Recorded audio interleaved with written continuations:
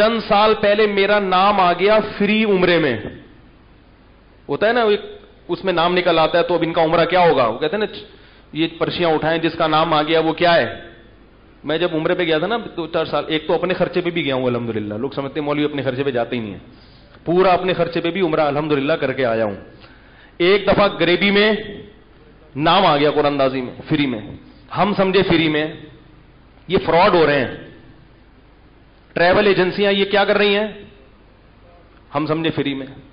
اتنا خرچہ ہو گیا میرا غیر متوقع, میں پاگل ہو گیا.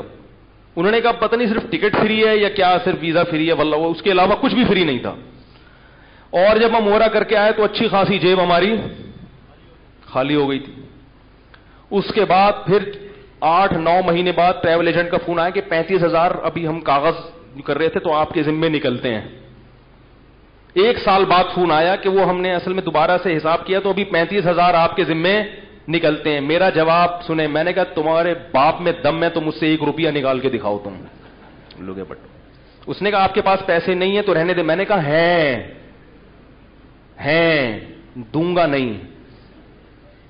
یہ کون سا طریقہ ہے بھائی, یہ کیا یعنی آپ لوگوں کو سکھا رہے ہو. کہہ رہے نہیں مولوی صاحب اگر مسئلہ ہے. میں نے کہا خدا کی قسم مسئلہ نہیں ہے, پیسے ہیں میرے پاس, بہت آرام سے 35 کا 70,000 بھی دے سکتا ہوں. خدا کی قسم نہیں دوں گا. جھوٹ بولتے ہو, مکار لوگ ہو تم لوگ, بے شرم لوگ ہو.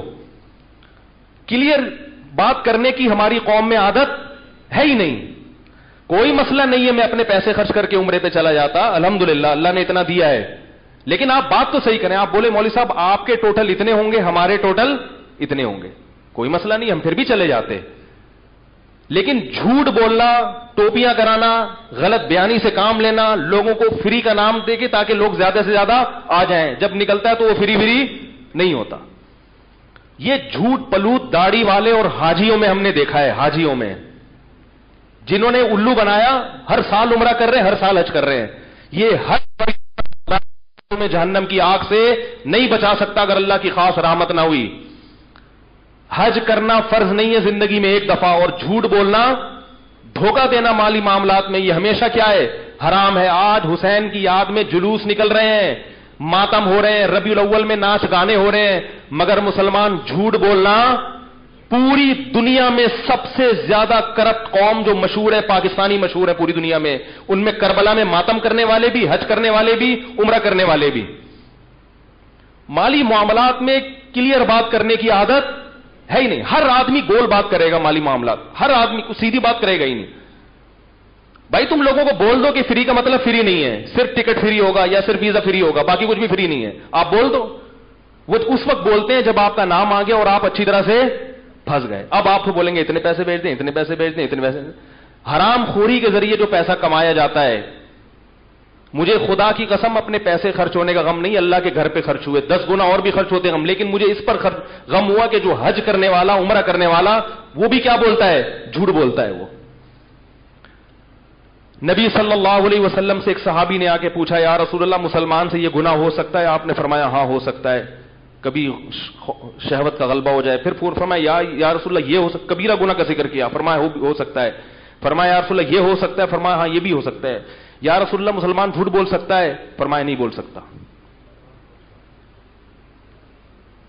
نبی نے فرمایا مسلمان جھوٹ نہیں بول سکتا. یہ نہیں ہو سکتا کہ مسلمان اور جھوٹ بول دے. میں وہ جاتا تھا اس میں ایکسپریس ٹی وی میں نا ریکارڈنگ کے لیے, تو میں قرآن کی ریکارڈنگ کرتا تھا, تفسیر کی. ایک دن میں ذرا جلدی پہنچ گیا, تو جہاں میں ریکارڈنگ کر رہا تھا وہاں قوالی چل رہی تھی. تو جو لوگ میرے درس میں ٹوپی پہن کے بیٹھتے تھے نا بڑی تمیز سے, وہ ناچ رہے تھے. میں عجیب ہے, میں نے کہا بھائی یہ کیا؟ تو وہ قوالی چل رہی, آڈیشن ڈیشن ناچ رہے ہیں. جیسے ان کا ٹائم ختم ہوا وہ سب ٹوپیاں پہن کے میرے سامنے بیٹھ گئے. میں نے کہا یہ کیا ہو رہا ہے بھائی؟ تو بی بی تمیزہ کا وضو ہے. بی بی تمیزہ کو وضو کرنا نہیں آتا تھا. ایک امام صاحب نے ان کو وضو کا طریقہ سکھایا اور کہا کہ نماز پڑھا کرو. اس نے کہا نماز کیسے پڑھوں, وضو نہیں آتا. اس نے وضو کرایا, انہوں نے کہا اب نماز پڑھو. نماز شروع کر دی اس نے. وہ چلے گئے. 10-15 سال کے بعد امام صاحب کا اس گاؤں سے گزر کیا. انہوں نے بی بی تمیزہ سے پوچھا ہاں بھائی نماز پڑھ رہی؟ اس نے کہا الحمدللہ 10 سال سے ایک نماز قضا نہیں ہوئی. انہوں نے کہا اچھا وضو بھی کرتی ہو نا؟ اس نے کہا وہ تو آپ کرا کے چلے گئے تھے, وہ تو آپ کرا کے چلے گئے تھے. تو بی بی تمیزہ کے 10 بچے ہو گئے مگر ان کا وضو نہیں ٹوٹا. تو آج بھی مسلمان کا تقوی نہیں ٹوٹتا. وہ لڑکیوں سے گپے مارے, انٹرنیٹ پر فحش فلمیں دیکھے, کلیگ جو لڑکی صاحب بیٹھی اس سے صبح شام ہیلو ہائی کرے, مگر حج کبھی کرے گا اور عمرہ بھی کر لے گا اور سارے کام ہو رہے ہیں اور صلاۃ و سلام بھی پڑھ لے گا اور جناب اچھی اچھی باتیں بھی کر لے گا بیٹھ کے. اس کا تقوی ٹوٹنے کا نام, اور فری عمرے کے نام پہ 90,000 روپے بھی کھا لے گا, پھر بھی فری عمرہ رہے گا اس کا. فری ابھی بھی فری کرا رہے ہیں وہ, اور سب ایسے ہی ہیں, کوئی ایک کی بات نہیں ہے. جتنے فری عمرے والے, مجھے کل کہہ رہے تھے مولوی صاحب فری عمرہ ہو رہا ہے, میں نے کہا اللہ کا واسطہ میں فری میں نہیں کروں گا, جب بھی جاؤں گا انشاءاللہ اپنے خرچے پہ جاؤں گا. فری کا نام نہ مت لو میرے, زیادہ فری ہونے کی کوشش, فری کے نام پہ زیادہ فری مت.